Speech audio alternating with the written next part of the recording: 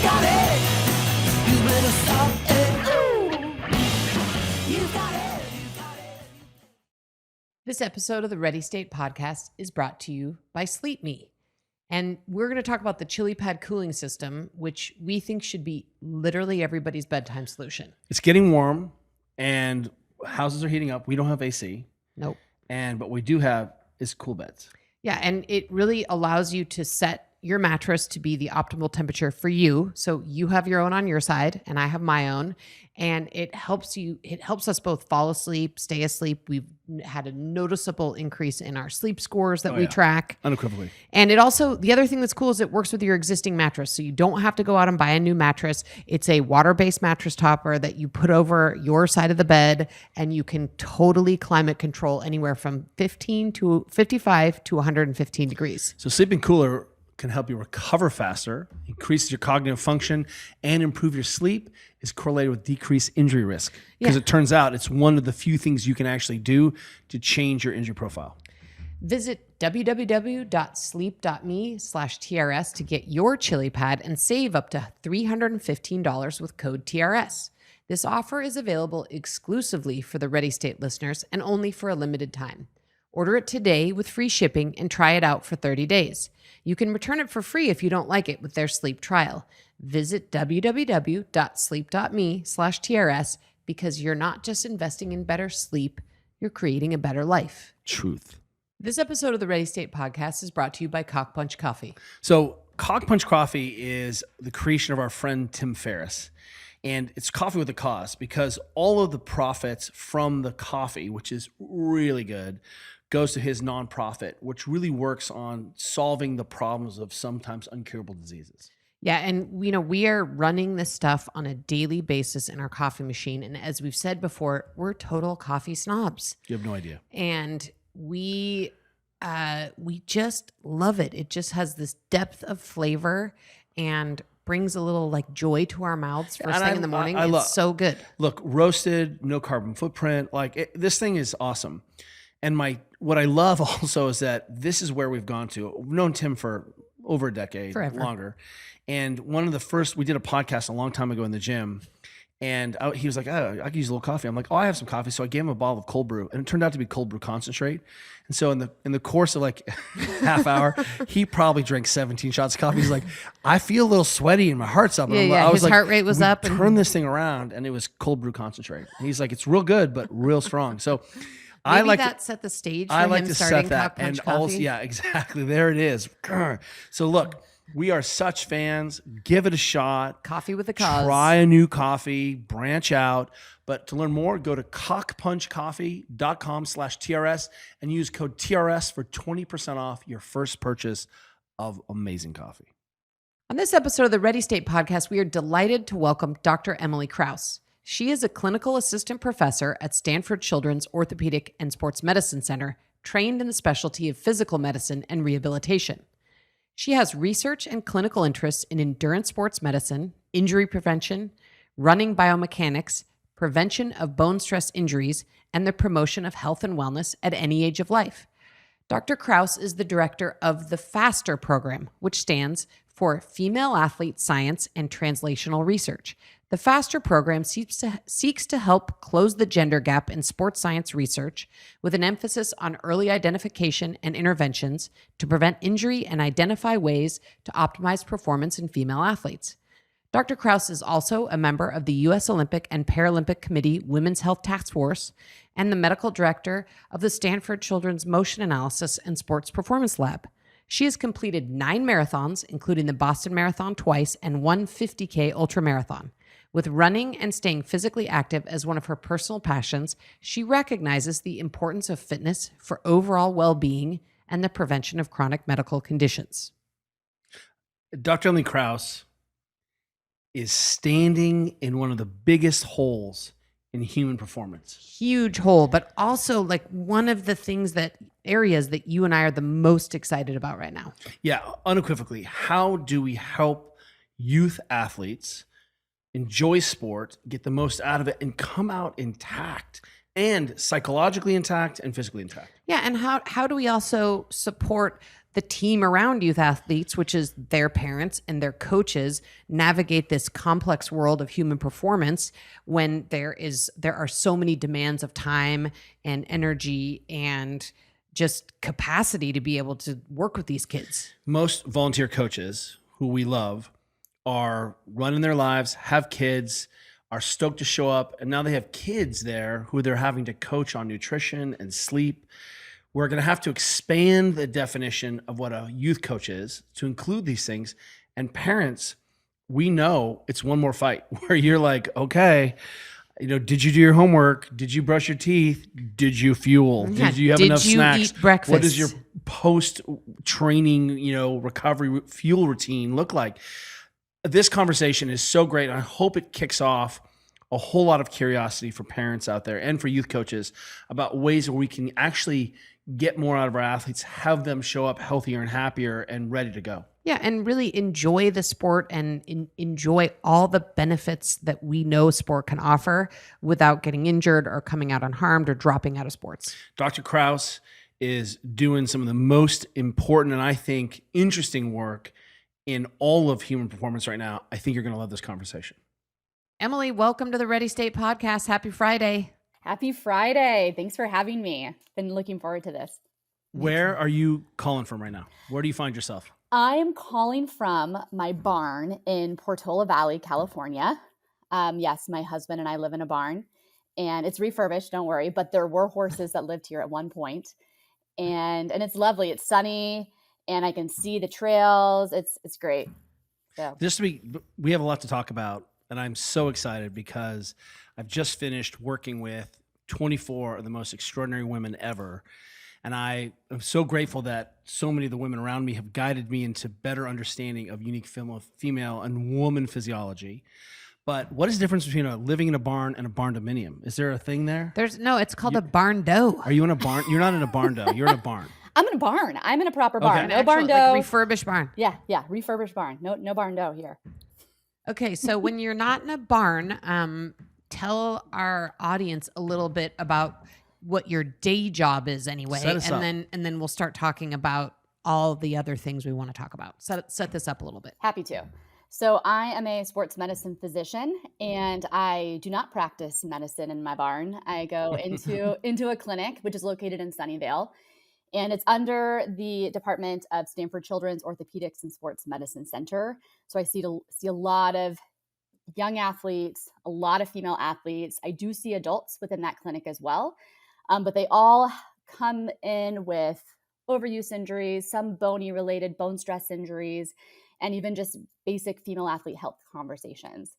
And so that's about 50% of my time. And the other 50% is leading a female athlete research program called FASTR, which stands for Female Athlete Science and Translational Research. And that's about 4 years old now. And our focus is on closing the gender gap in female athlete research and translation. So that location can be a little bit more variable. Sometimes I'm in the barn. Sometimes I'm on campus for team meetings. Sometimes I'm out in the community doing talks, meeting with people, talking about research opportunities and collaborations. It's pretty exciting, but I'm all over the place. A lot of physicians end up on the pointy end of the terminal side of a lot of behavior change or a lot of behaviors and a lot of exercise and a lot of trauma and accidents. And in 6 minutes, we're asking her to make real difficult decisions about a whole lot of things. So oftentimes it's difficult for us sometimes to work alongside the physician because the physician is so far removed from sort of the place where the rubber hits the road. What I hear from you is that, yes, you love that and you're an expert at that, but you're also spending 50% of your time on this other side. And one of the things I want everyone set up, because I'm trying to set this up, that you're not just a doctor, you're actually really Not just a Stanford doctor. Right, working in the weeds of trying to change behaviors and to catch people long before they need to come into your office. I reached out to one of our mutual friends, superstar TRS athlete, Kate Courtney. Who happens to be a world champion, happens to be an Olympian and a badass. And she said what she felt like the hallmark of your experience was that you were actually making things actionable, and as you said, translating research, translating best practice into things that people can do. And that was what she wanted to highlight about your uniqueness, was that you weren't just talking about it, but you were being about it. Oh, well, thank you, Kate, Courtney. I feel like it's all about being able to walk the talk or practice what you preach. And when I see athletes that come into my clinic, oftentimes they're injured, their season is over, they're devastated, and they want to know, what could have they done a year ago, 6 months ago, even a week ago, to prevent that injury. And it's heartbreaking to see. I think it's important for me to be in that space so I can feel that and work with that athlete to get them back to the sport stronger and at a safe and expedited process.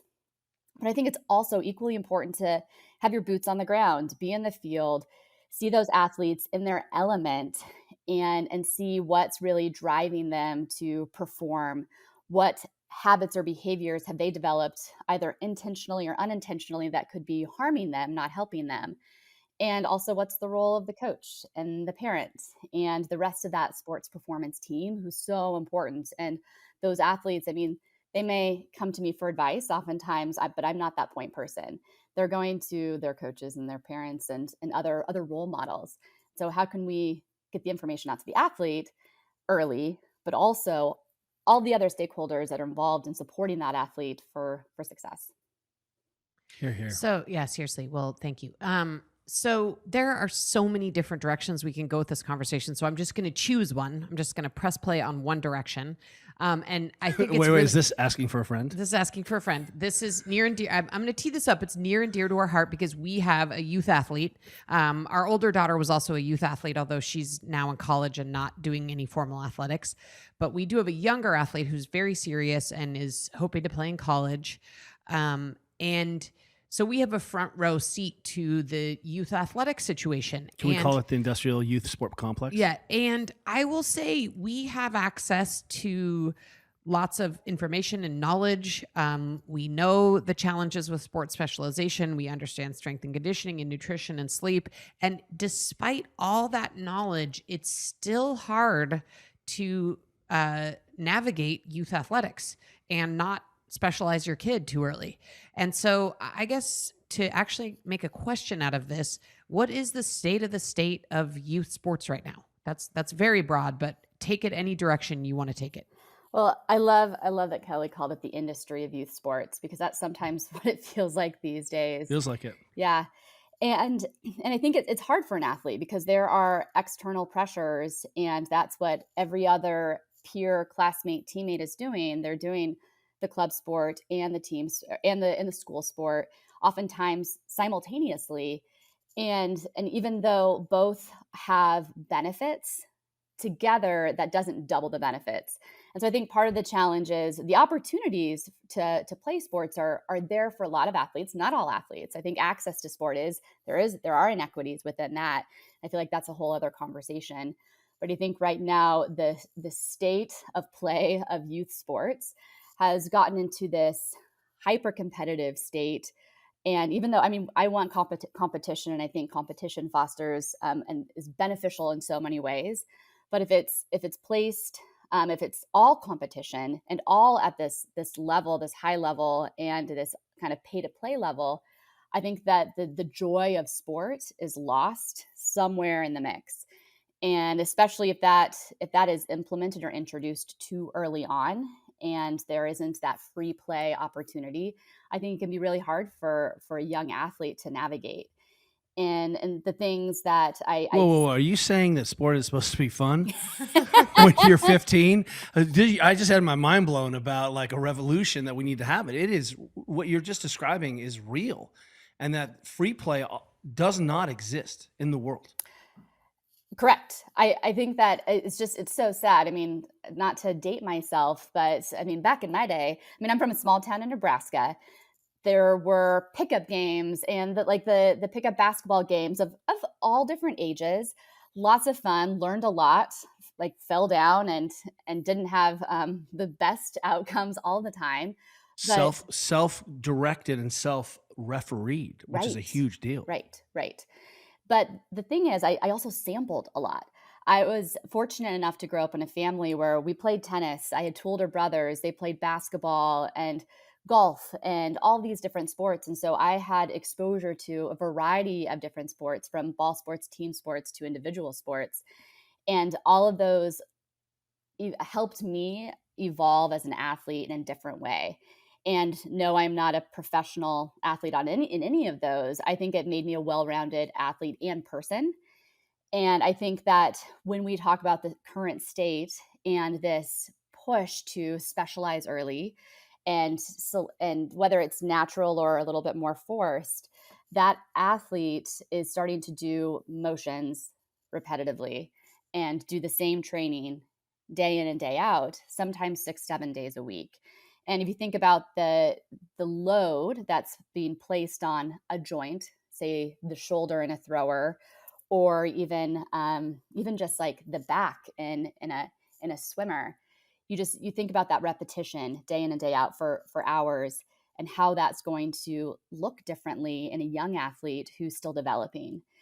So it's hard, because oftentimes I'm having to have the conversation and do the unwinding and backtracking and trying to encourage the athlete to do less of their sport and do more of other sports in a fun, free form way. But in the end, if they don't do that, they often land in my clinic and they're out for 6 months, a year, due to these overuse injuries. And I mean, that's what I see a lot. I should also disclose I'm not an orthopedic surgeon, so I'm not doing surgeries in the OR. I'm seeing the overuse injuries, and I'm trying to prevent that from being a long-term problem, which it can I'm pretty be. sure you also teach orthopedics, if I'm just so we're clear for everyone. One of the things that you just described are sort of these adaptation errors, right? That's it's a nice way of saying that overuse, right? And that we haven't been able to adapt to the stress fast enough, and that we've run out of our runway. We're too far over our skis, whatever it is. There is a conversation in physical therapy where we say things like, it doesn't matter how you move.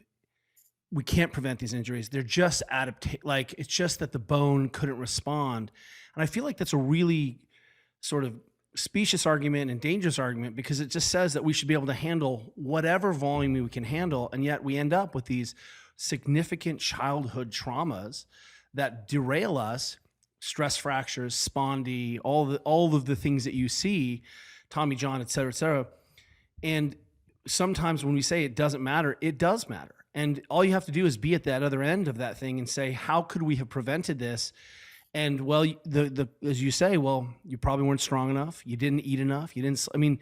Where do we begin to sort of untangle this? How do we create some level setting for parents, and more importantly for the athlete, to be able to understand? And I'll set this up because we just saw an article in the New York Times, which I'm sure you saw, talking about how back pain is prevalent in 60% of youth athletes.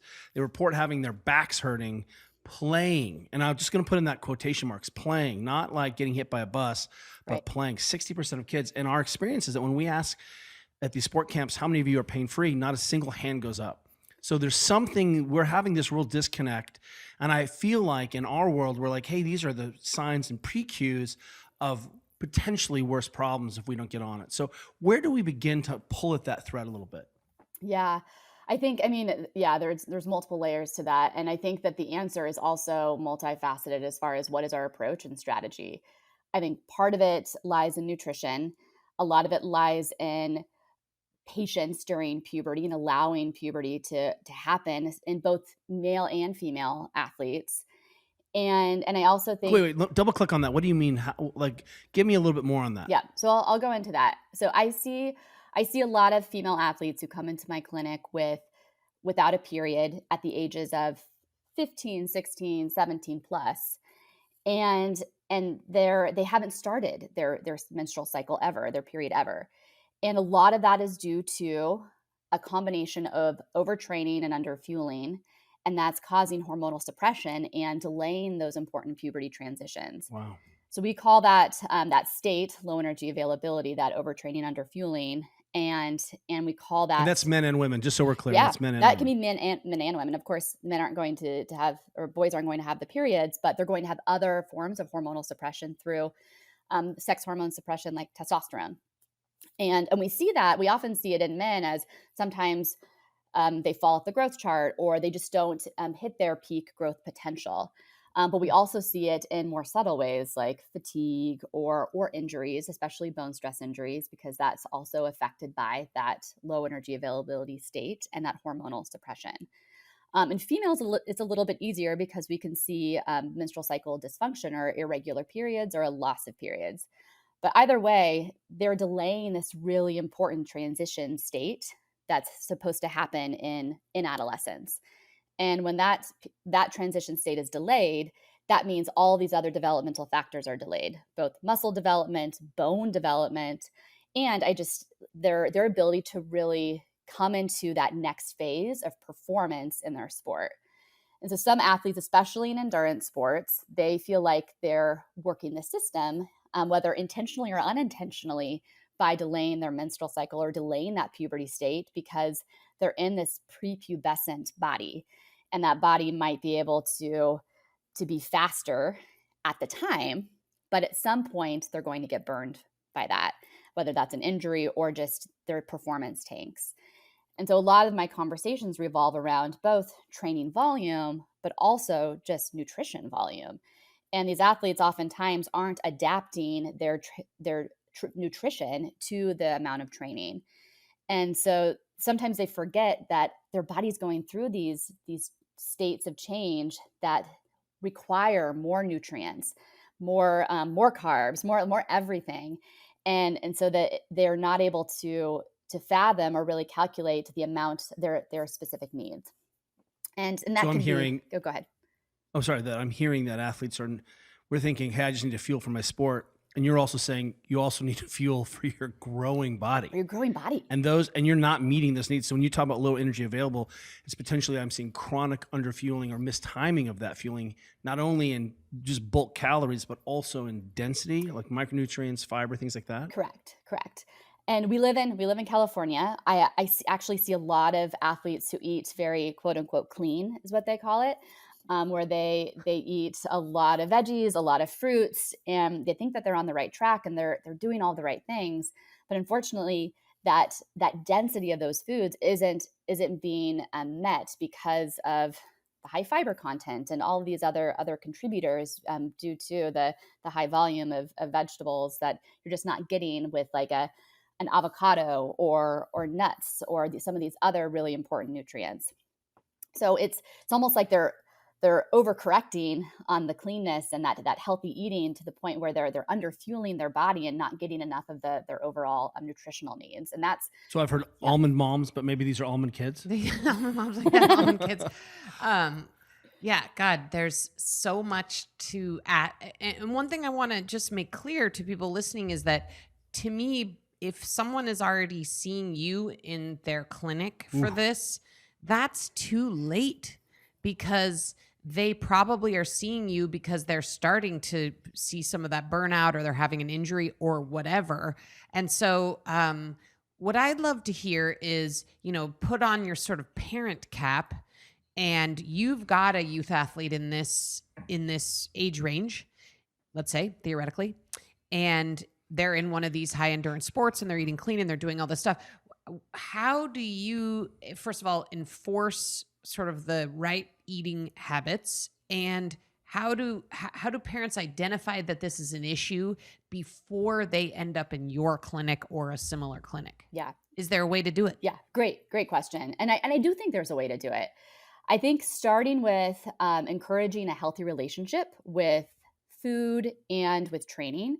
I think especially during the pandemic, we saw some things really swing in the unhealthy range as far as, especially with training.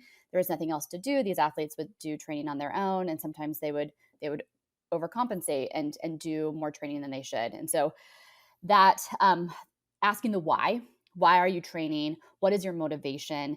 Is this to improve your performance and just overall health and well-being? Or is this to address other anxiety issues and other mental health issues that you have to start to peel the onion to get to those deeper levels? And that's a lot for a parent to think about. But I think starting with having that healthy relationship with food and fuel is a starting point. making sure that they eat breakfast. I know this sounds silly. I was going to be like, could we just start with breakfast, please? Yes. Oh my gosh. I'm so glad you led with that. Get out of my brain, Dr. Kraus. So there are so many athletes that I see that skip breakfast. Sometimes due to training, they're like, they've heard about fasted training, and so they just get up and they do their training. They don't feel hungry, which is a normal phenomenon, but it's normal to experience, but that doesn't mean that you should do it. And these athletes need to train their gut just like they train their muscles, their body, their mind when they're in sport, and they're training their gut allows them to tolerate that food and that important fuel for the activity that they're doing. And so I just had a conversation with an athlete who does a morning strength session, and he didn't believe that he needed to eat anything, or he consumed a very small amount of carbohydrates. And to me, I really had to, and he didn't have the appetite. He didn't have that hunger cue.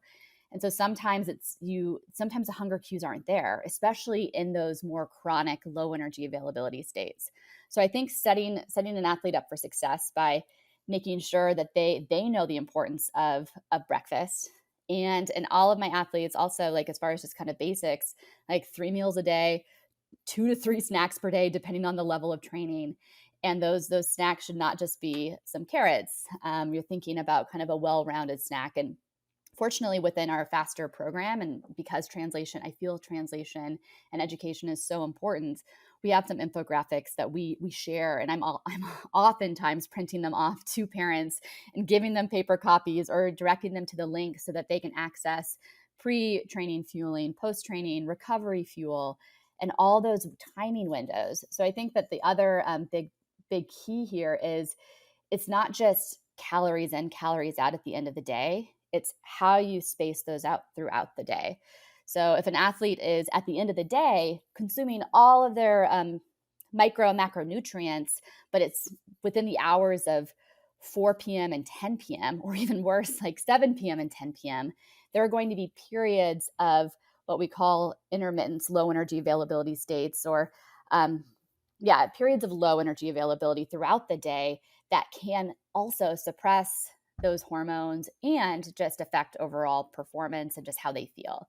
So I think really thinking about how to space the fueling appropriately, and that requires planning and practice and sampling different foods and just planning ahead.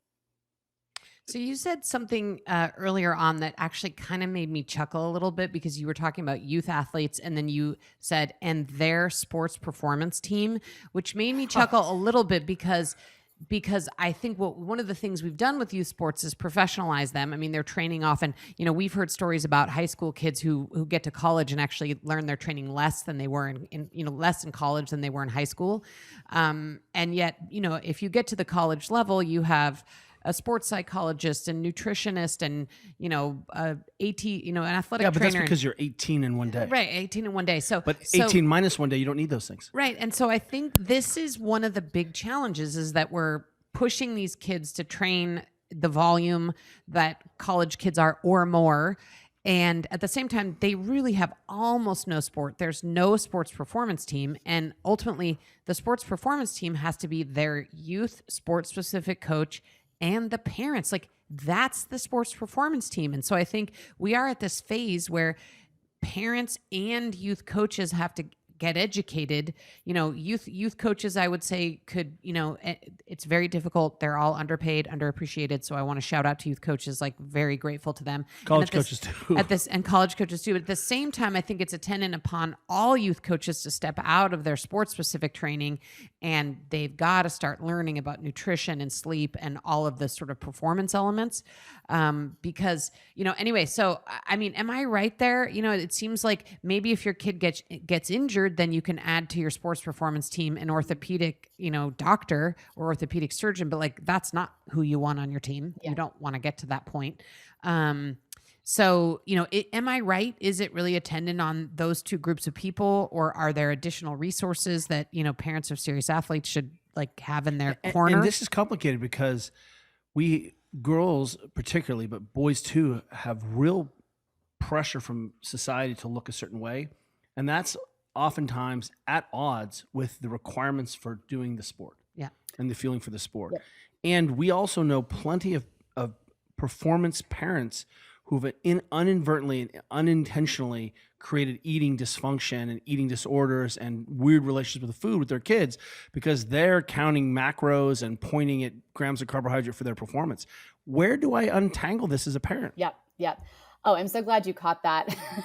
The sports performance team, in my mind, is the parent, is the coach. And I mean, if you're seeing me, I may pull in a sports dietitian, I may pull in a sports psychologist in unique situations, but really it is the coach that is probably wearing a lot of different hats. And I'm asking them to wear a few more and think about what is that nutrition hat, because in my mind, training and practice for sports includes more than just the skills, the drills, the conditioning, and everything that we typically see. It's all the behind the scenes. It's the nutrition, it's the sleep, it's the recovery, and that should be included and incorporated into that coach's philosophy and how they coach their athletes, which can be a huge shift for them.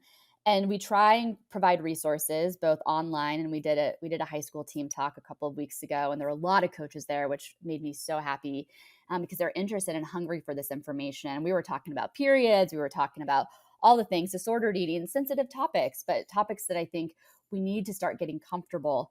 We need to getting comfortable having those conversations with the athletes and introducing those topics early before we're reactive, and bringing them up when it is a little bit more awkward and uncomfortable because those athletes are going into these extreme or unhealthy behaviors. And with the parents too, I mean, they're such an important role and facilitator to good fueling habits or unhealthy fueling habits. And I think to this whole inadvertent introduction of some of those unhealthy behaviors, I think sometimes maybe a parent is on some type of specific fueling plan or nutrition plan, and that athlete sees it, and that's what's in the kitchen, that's what's being cooked, that's what's in the pantry, and then the athlete then takes that food, whether it's traveling or for breakfast, lunch, dinner, and snacks, and they're missing some of these other important nutrients that they specifically need. So oftentimes I'm educating the athlete and the parent at the same time, meaning like this athlete needs a lot more carbs, they need a lot more fuel throughout the day. And that athlete can't be afraid of carbs, they can't be afraid of sugars and some of these other things that get really talked about in a negative way.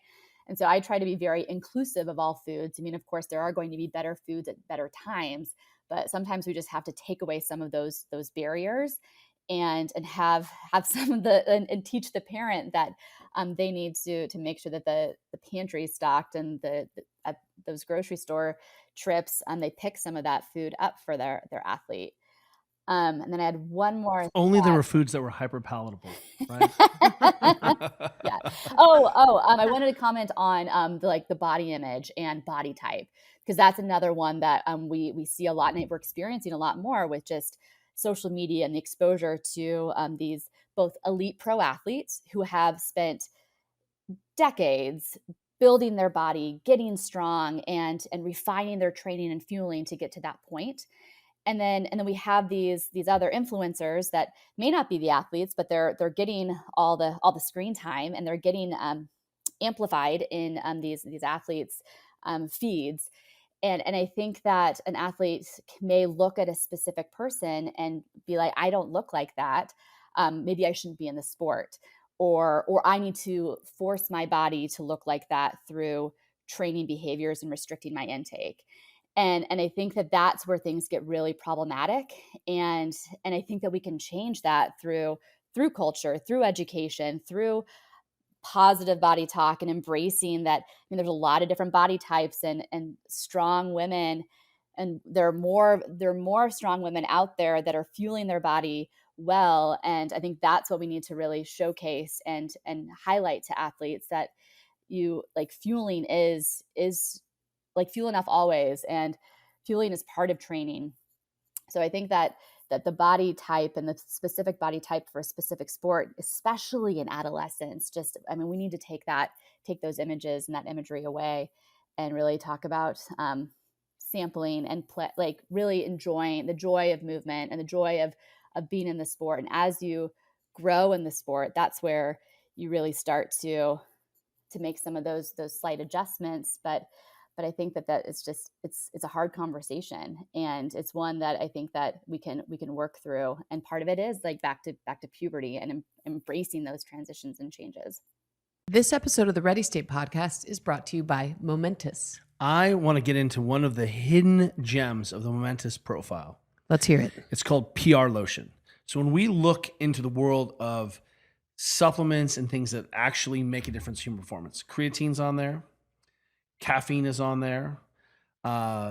We'll see some kind of like beta-alanine like thing, that like beetroot, right? Protein, and then bicarbonate. So sodium bicarbonate loading is when you basically would take something like Alka-Seltzer, and it would basically allow you to buffer lactate in your system. You can handle higher. Wait, are you saying athletes took Alka-Seltzer? I'm saying that that's a good source of sodium bicarbonate. But problem is when you load the sodium bicarbonate baking soda, you would literally like burp baking soda, which is super not cool. Well, a long time ago, Momentous pioneered a lipid delivery system of sodium bicarbonate. You just rub it on. And like a lotion. It's like a lotion. It's just a lotion.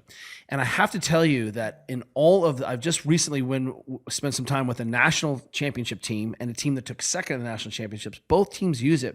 And the players are like, holy hell, I'm not as sore and I can go harder. How do they use it? Like, do they just rub it on their muscles? Put it on your muscles. Like your entire body? No, just on the big muscle groups that you're just going to smoke. And what's cool about it is, this isn't every type of thing, but if you have to do multiple efforts or you're looking for a certain edge in a certain effort, right? I would say the PR lotion is amazing. And I have had good luck myself over multiple ski days, like just slather on your glutes and hamstrings. You'll be less sore. That's what we report. Yeah. And then the blind testing for these national teams, people are like, athletes are like, what the hell? Well, and the big thing about being less sore is that then you can get up tomorrow and do something again. You do the same thing, like you can ski again or whatever, but you can go again. That's right. So not only can you work harder in the moment, right, but you're actually less sore the next day. And that is pretty profound. It's pretty cool. So if you want to learn more, go to livemomentous.com/TRS and use code TRS for 20% off your first purchase of awesome. This episode of the Ready State podcast is brought to you by Element. And we are still abuzz in the Starrett household about Sparkling Element. There have been some fights over cans of Sparkling Element in our house. Yeah, I mean, we only have one left, and we're hanging on to it for dear life until we get our next shipment, because this stuff is so good and so fun to drink. I've been on the tip of sauning in the evening.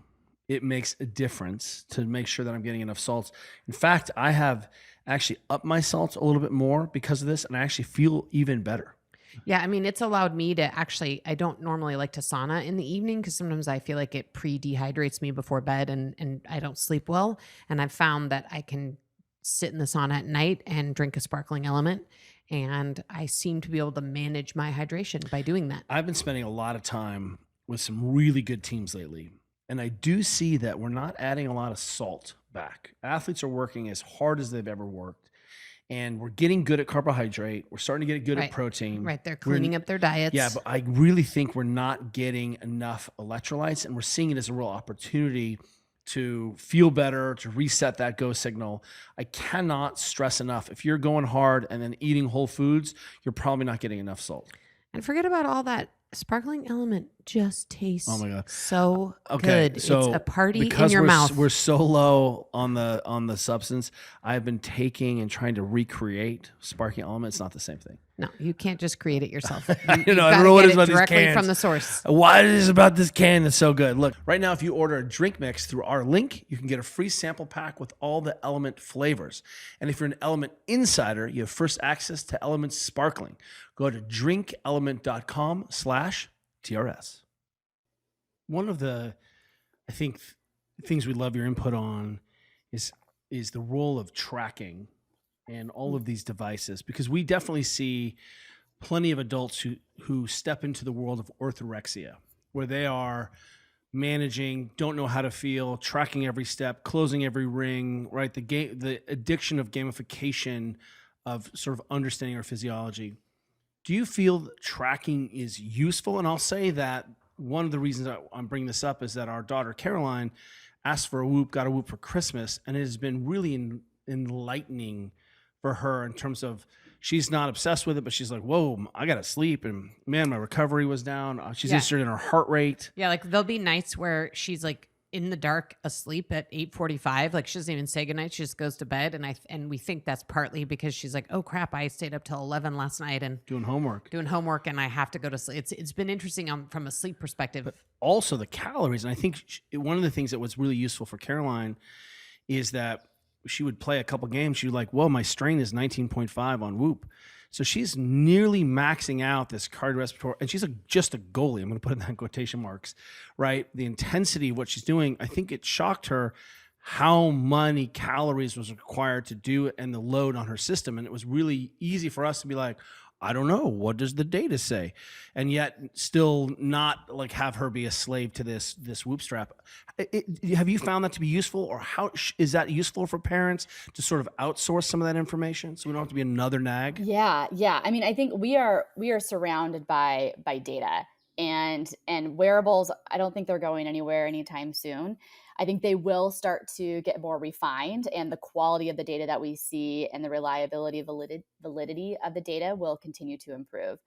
I think as far as tracking and bare essentials, where you should start for a female is tracking your cycle, tracking your period month to month, see what the changes are, whether you use a specific app, use a journal. I mean, there's a lot of different apps out there, and I'm not married to any specifically, but I think it can be very helpful. And that's one internal data point that can be very valuable, whether there's a lot of stress with training, travel, fueling mismatches, all the different things, just life stress, school stress, that can affect the menstrual cycle. And it's important for those athletes to realize, like, hey, I skipped my period last month, and it's not related to pregnancy or anything else. It's probably related to the fact that it was finals. I haven't been able to stay on top of my fueling. I've been under a lot of other stress. We had 4 games across the country, or we've been traveling a bunch. My sleep hasn't been as great. And at least starting with menstrual cycle tracking, I think is very valuable and inexpensive. Regarding other wearable data, and I think to your point, it's all about like that healthy relationship with data, similar to healthy relationship with food and exercise. And some athletes, they are so data focused that they can react in a negative way to a poor recovery score, poor strain. And I will say there's a lot of error, especially with the calorie counts and calorie tracking. I think it can be helpful, especially when those like high strain days are like, whoa, that was a bigger day than I expected. But I think you have to take it with a grain of salt as far as trying to match your calories to that specific number in the app. More of like red, yellow, green, like, holy moly, I really should eat, make sure I'm eating today. Use it for like trends. Like you can see trends. You're like, okay, this may not be perfect, but I can see I'm going downhill or uphill, right? Like from a trend perspective. Exactly. And the sleep tracking especially, I think, can be really enlightening. And athletes, I think sleep alone and having a wearable to track sleep, at least for a period of time, to figure out what are those patterns, what is my typical sleep quality look like. And I ask about sleep all the time in my clinic. And I'm like, how many hours are you getting? And they'll be like, well, I go to bed at this time and wake up at this time. So I'm getting, 8 hours. And I'm like, well, you're probably not sleeping that whole time you're in bed. So you're probably only getting like 7 hours or some period of time less than that. And so I think that that type of education and using that. And so I think your daughter Caroline I think she's having that healthy relationship with the data in a way that it can be a value add, as opposed to a neutral if you don't even use the data or don't even look at it and just pay the monthly fee. Or it could detract and be really negative if every time you look at it, you're triggered, you're stressing out, or you're obsessing over that data in a way where it can be unhealthy. So I'm pretty careful about when I recommend a wearable. And I think it goes into probably too much of a rabbit hole, but I'm going to go down there anyway, is the integration of good data with health, like into the health field, that also thinks about both performance and health in the same conversation. Yeah. And I think right now we're we're in these parallel, sometimes completely different direction of roads and paths. And we just need to find a better way, maybe not less so in the youth sport, but definitely collegiate, post-collegiate sport world. How can we integrate this information better? What is the role of the medical team in that? What is the role of the sports performance team? And so if we simplify that in the athlete, I still think that the conversations around performance, which could just be play at that point in their athletic career, and health, as far as how is that contributing to optimal health or suboptimal health, and ideally sports participation should be optimizing their health. And if it's not, we need to look underneath the hood and see what are the influences that are negatively affecting their health. It might be training volume. It might be the lack of diversity in their sports and within their training. It may be nutrition, it may be sleep, and all these factors. And hopefully, if they go into the clinic and they get some of those questions asked, they can start to navigate that. But ideally, they're thinking about that as part of their overall strategy and approach. And maybe I'm just like too into it, but I think that's not. No, we live this world with you and on so many team levels. And I just feel like parents are sort of just stumbling. I think sports are good and my kid has some talent, and oh my gosh, my kid has a torn lat, or my kid has a spondy, or my kid is an ACL depressed tear. or right. And you're just like, what's happening? I want to just share an anecdote. Caroline has a good friend, and this friend happens to be a vegetarian, and Caroline witnesses her not eating very many protein sources. And she also happens to know she's a bad sleeper. And this friend of hers had an ankle injury again. And Caroline was like, well, what did you expect? Like, I love that she kind of like was like, duh, you know what I mean? Like, we've got to get first principles first. Yeah. And I was like, whoa, that's a 15-year-old woman talking to another 15-year-old woman. That's really powerful. And I also just want to shout out to the nutrition piece. There's been times where, as a performance physical therapist, I will hand off someone right to the nutritionist because I'm like, actually, I think this is a nutrition fueling problem.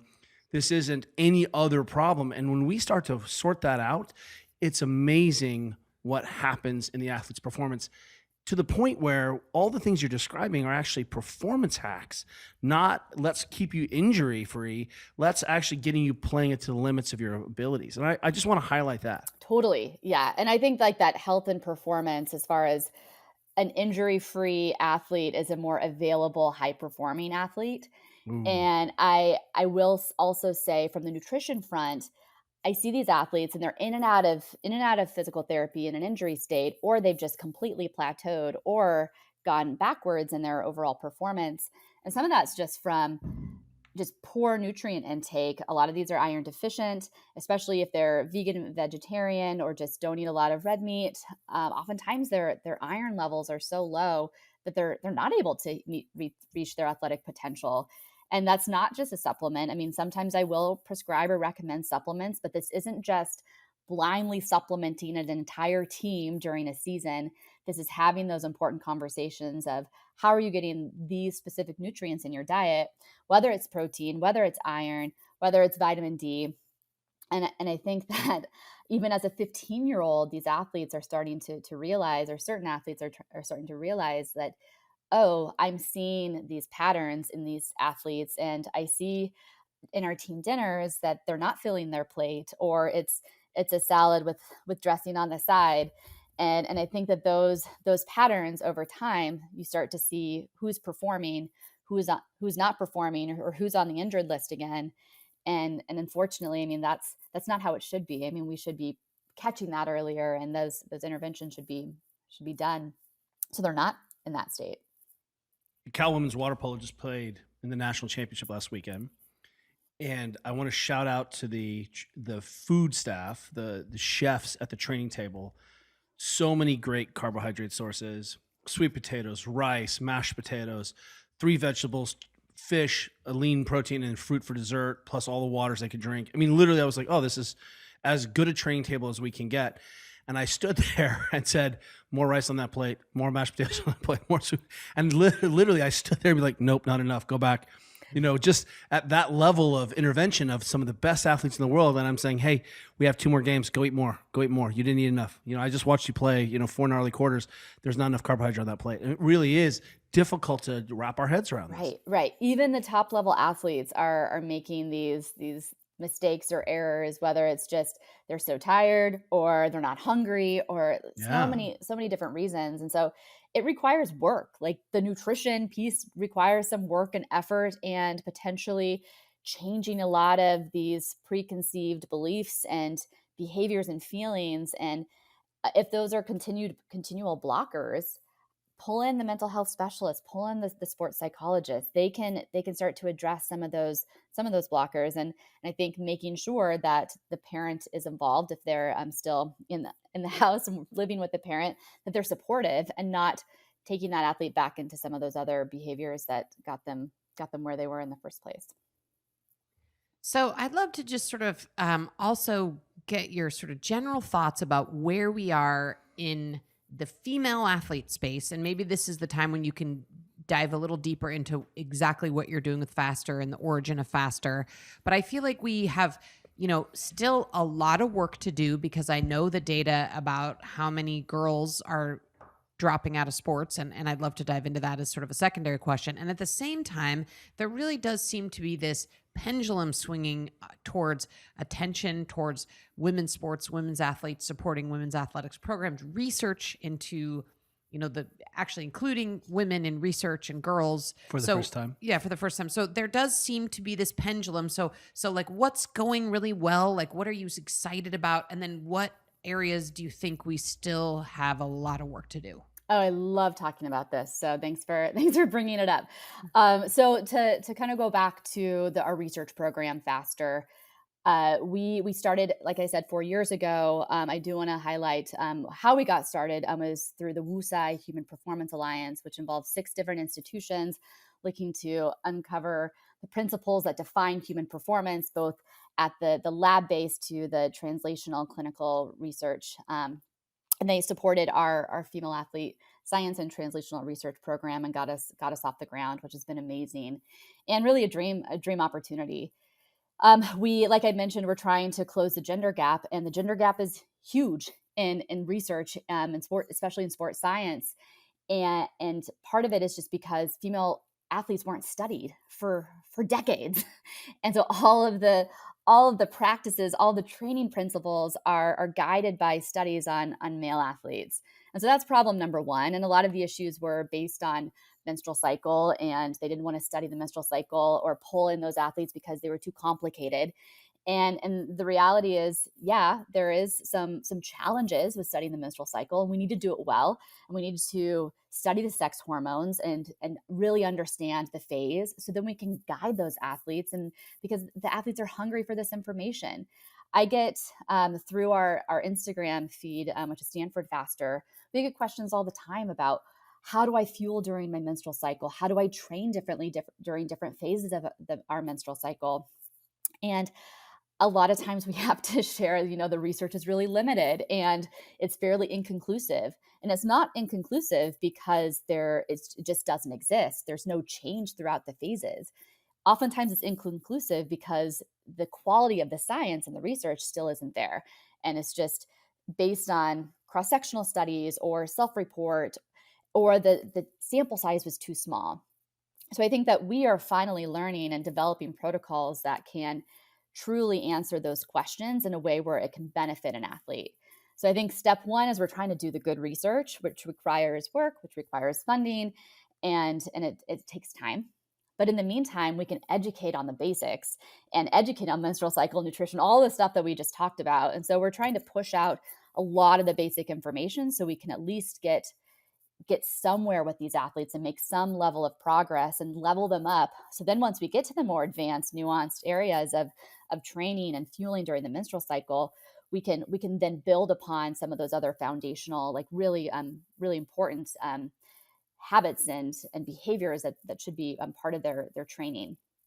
And so a lot of our focus now is looking at the menstrual cycle during different phases, really understanding how does hormonal contraception play into this. A lot of athletes are, especially collegiate athletes, are on some form of hormonal contraception. They were placed on that form of hormonal contraception probably years ago and haven't changed their dosage or haven't changed anything. But now they're wondering, is this impacting my performance? What does my hormonal profile look like? So I think we're trying to answer those questions. And there are a lot of different research groups out there that are all have the same vision and goals. And so I'm super excited about the field from a research standpoint. And as far as just female sports and women's sports, I mean, I feel like even in 2024, we've been seeing this movement and this continually, like there's not just one instance of a breakthrough. I mean, NCAA women's basketball March Madness was one example of a breakthrough for women's sports. And I anticipate and I predict we're going to continue to see that happen, which hopefully leads to more media visibility, more visibility of these athletes, better sponsorships, better funded positions, and through that will hopefully lead to better funding and research programs as well. So I think that I was at Camp Strava yesterday, which was super fun. And it's their opportunity to bring in a lot of people and share about some of their product developments and their new exciting changes within the app. But what I loved was their focus on the female athlete. The whole day was in the conversation in a way that was genuine and actionable. The first panel was all female, all women talking about their experiences in sport, some of their challenges, the inequities between pay gaps to just a lack of understanding of training and menstrual cycle and a lack of research. And so I was in the back just like fist pumping and so excited the whole time because I feel like we're on the right track. And they kept saying, this isn't a moment for the female athletes. This is a movement, and we're going to continue to grow and move forward. And there are a lot of challenges, from policy to the research gaps to the translation gaps. But if we work together and collectively, and I think as women, I think we can work together really well and collaborate well. We can start to really start to close these in an impactful way. So that's kind of my soapbox. I love it. Yeah. Go ahead. I was going to say, how impactful is it to have a woman as a head coach? Do you think that matters?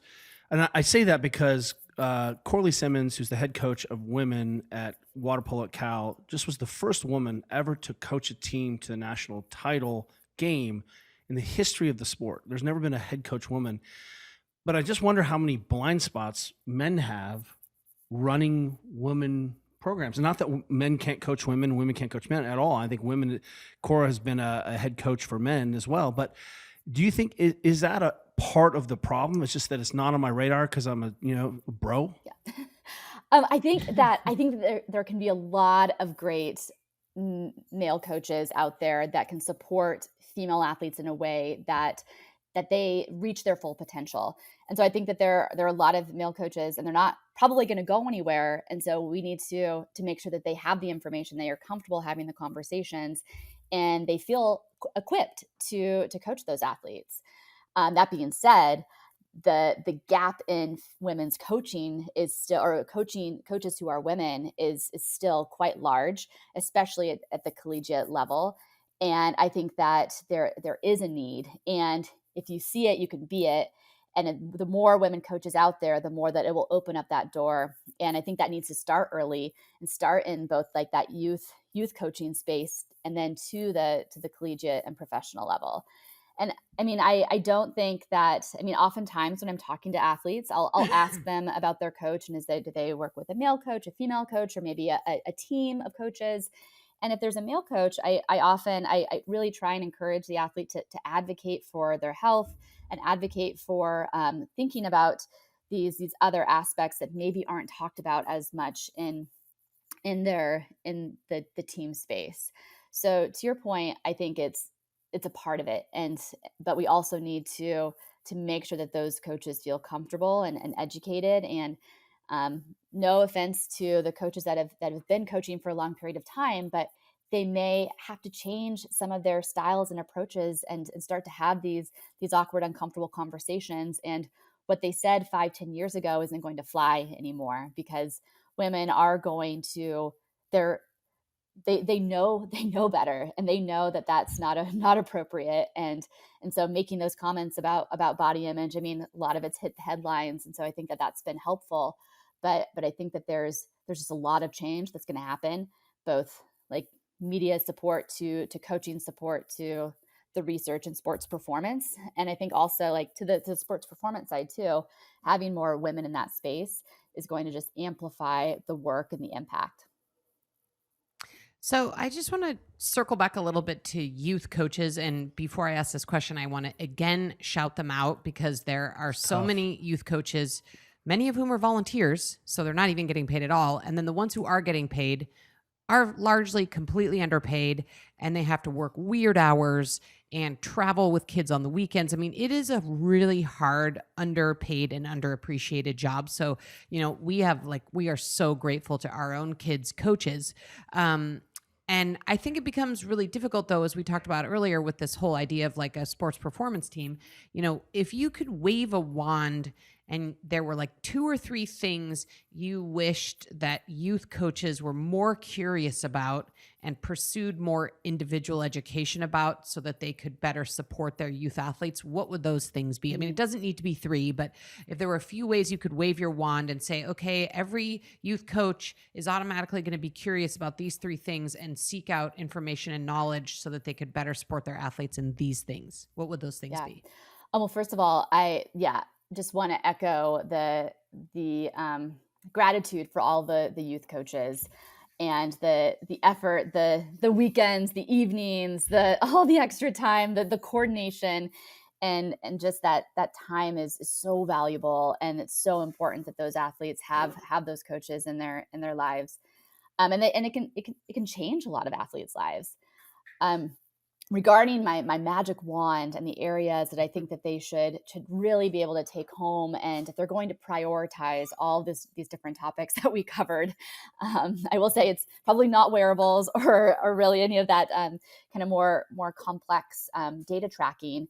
It's the basics. It's being able to have a comfortable conversation around the menstrual cycle, using and leaning on different resources to reference or point to, whether it's even just referencing the video or an infographic or handout. There is information out there, and that's for female athletes, of course. But I also think nutrition, and making sure that those conversations around nutrition, I mean, it may just even be, did you fuel for this workout? Did you fuel for this training? And what's your post-workout fueling plan? Or like one time in a month, or one time per week, probably a lot, one time per week, you bring some snacks, and here's some examples of some great recovery snacks that you can have post workout. So I'd say that, like, menstrual cycle for females, nutrition, and really thinking about the unique needs of an athlete. I mean, I wish it was as easy as every athlete is going to respond to training the same.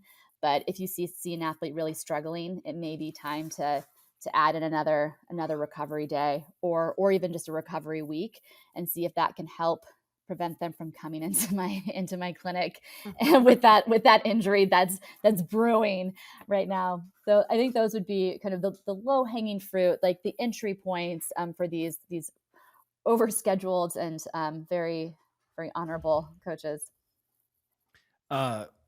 I'm always looking for positive examples of people I think killing it. And we're going to come back to Kate Courtney, because she is one of the most complete athletes I've ever met in terms of her nutrition, how she thinks about it. I think people would be shocked that this little thing is powering so many calories and generating so many watts. I think the average athlete would be like, I couldn't eat all that and do 5 by 5 minute VO2 max repeats. I'm like, well, that's the game. And she is just such a complete, conscious athlete around that. I should just film her one day and say, can you play this game? Who, in your estimation, is doing it great and has seen it as a competitive advantage? I know you one of the magic of your job is that you touch a lot of organizations and a lot of high performance. Without just giving it away, can you just say that are there people who are doing it exceptionally well besides the individual athlete? Yes, I do believe so, and I think it's the athletes that are comfortable in their skin, that are not afraid to be a little vulnerable, and that are also surrounded by other athletes that are doing it right. And I mean, I can see that in soccer teams, I see it in swimmers, I see it in track and field superstars, and I see it in elite professional cyclists and mountain bikers. And one trend that I see is, I mean, they fuel their body, they plan ahead, and they don't always, I mean, it's not always been like that. Oftentimes they may make mistakes, and sometimes it's just through they experience a performance deficit or performance decline. Sometimes they have that access or that touch point with the dietitian who says, hey, your recovery days, you need to fuel more. And sometimes those adjustments are enough. And specifically, I also see it in the ultra running space too. And I think that what I love is that the trend is more towards that this is how I'm fueling my body well, as opposed to like, this is my physique, and this is like the body shots are less, and the like, this is my plate. These are Kate's epic nachos that she's fueling her body with. I mean, those types of that type of content I'm here for. And I just hope it continues to grow. And I mean, we try and encourage it as much as we can. And so I would say there are a lot of inspiring people out there that are at that top level. And it's wonderful to see. And fortunately, a lot of them are very visible and have a strong social media following, so that they are visible for those impressionable young athletes as well. Are there some myths you have the ear of some thousands of people listening to this? Are there some myths around either youth sports or females in sport that you would love to debunk? Because I do think we're always getting fire hosed by a lot of misinformation on the internet. And I imagine some of your job is debunking myths. So are there, a few myths that you'd like to debunk on this podcast with everyone listening? Yes. I'm going to, I mean, some of these we all already talked about, but I just want to make sure it's very clear that female athletes should not be losing their menstrual cycle during heavy bouts of training, during the season, and that is not a sign of good training. And athletes that I think in the past it was almost this rite of passage that they would lose their menstrual cycle during hard bouts, and that meant that I talked to world champions who were like, it's convenient, and I was like, no, it's not. Right. Okay, well, it's convenient, but not good. Not good. Right. So I think that's a big myth. Likely oftentimes due to undertraining, overtraining, underfueling. The other myth is that still happens is I see athletes get prescribed hormonal contraception for missed periods, oftentimes due to things that aren't going to be corrected by that hormonal contraception. So they may be underfueling, overtraining. They get prescribed the birth control pill, and now they get these cycles, this breakthrough bleed every month. But that does not mean that their hormonal profile is normal. And I still see that. So really rethinking and pressing pause if an athlete does get recommended a birth control pill for that particular reason is something that is still the conversation keeps coming up. And it shocks me because I feel like that it shouldn't be. And third, that's a little more broad and beyond menstrual cycle is more training is better. So a lot of youth athletes, they're training 6 to 7 days per week. They may be even doubling up and doing like a track and field day, and then they'll go to soccer practice, and they're doing great and they're performing well at the time. But like I said earlier, there's a limit to that. And if they do that throughout a season or throughout a period of 3 to 6 months, they at some point will get burned from performance or injury. And so making sure that that recovery day is carved in. And some of these athletes, it's so hard. They're like, well, what if I ride my bike on the recovery day? Or what if I go on a 2 or 3 hour hike? And to me, I'm like, that is not allowing your body and that muscle repair and those important processes, especially in the developing athlete, to take place.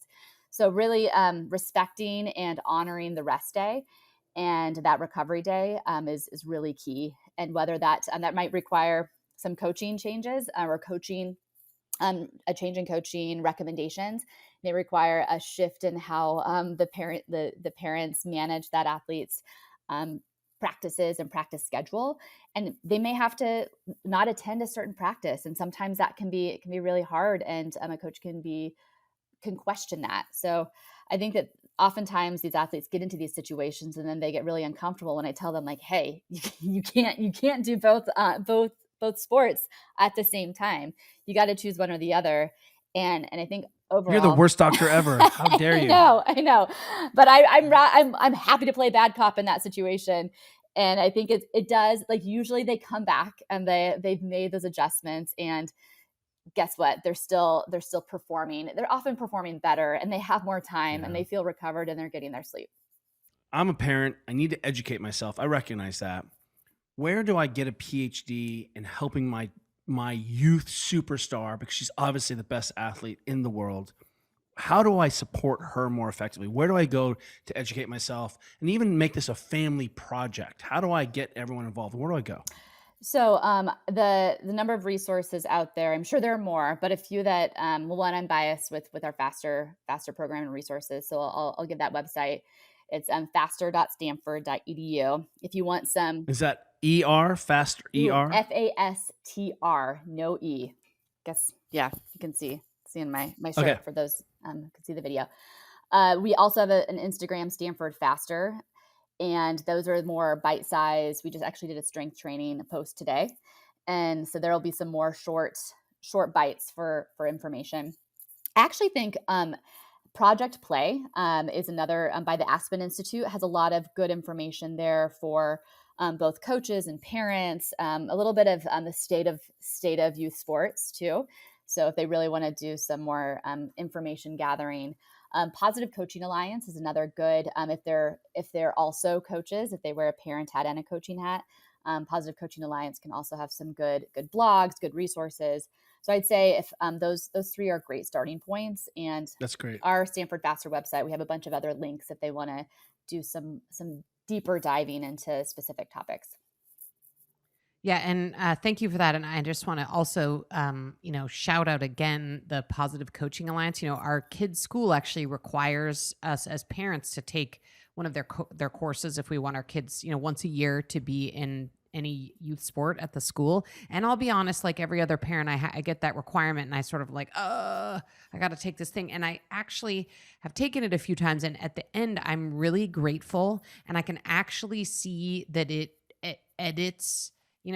We all get stuck in, asking the wrong questions or cheering too much at the game or whatever. It's easy to fall into to parent bad acting. And each time I've taken that course, it's just been like a good reminder of like, hey, this is supposed to be fun. And, no one needs to yell at the ref. And, there's just all this basic stuff that is just a great reminder. So, but also all those other programs and yours as well. I love that. And if I'm in the Bay Area and I need to come see you as a physician, we can follow you on your own personal Instagram? Yes, you can find me at Emily Kraus, MD, Kraus. I have an Emily Kraus, MD _ sports science that I'm less active on, mainly just due to other jobs. And you have a few things going on, you have 2 jobs. Or you can meet me at Alpine Inn for a dinner sometime, and we can go chat about all these, have all these conversations, and I can get on a million different soapboxes about it all. We believe that we can transform community and transform society through sport, and we can teach people how to be better, more robust humans and to handle better strain.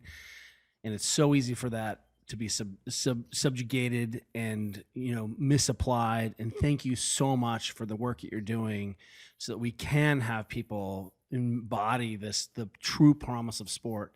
And just this podcast, I'm going to send to 1,000 people. Thank you so much. Yeah, and I want to add to that. As the parents of a youth athlete, thanks to Kate Courtney, I've been following your Instagram for a long time, and it's just been so valuable. And, thank you for the work you're doing, because it's just part of this, again, pendulum of rad stuff happening in sport generally and for female athletes specifically. So thank you again.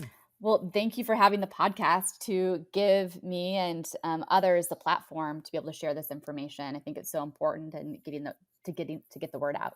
So thank you.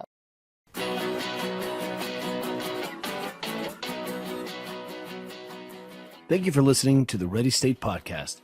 If you like what you're hearing, check out all our episodes here or at thereadystate.com. And be sure to subscribe and leave a review on iTunes to help others find our show. Check us out and follow us on Facebook, Instagram, and Twitter at The Ready State. Until next time, cheers, everyone. You got